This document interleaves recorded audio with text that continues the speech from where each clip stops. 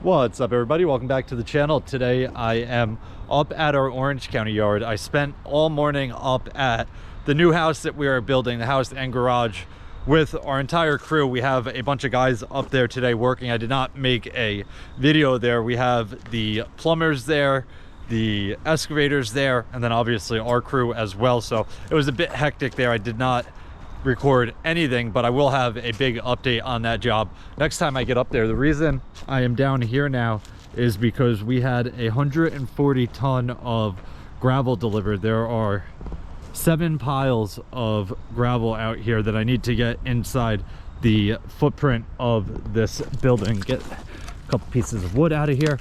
I have to hop in our excavator and grab this bucket out of here. But once I move that, I am gonna hop in our 930G. If you guys have been following my channel for a while, you may remember that we had this machine completely sandblasted and repainted. We actually did it inside this building. It created a crazy mess in there, but the machine came out very nice, and it's actually sat for a very long time without the decals on it, but finally we got the decals on and it looks very good. So we're going to be using that machine today to move all of this gravel. I do have to make a ramp here. I'm probably just going to try and push the pile right up to this.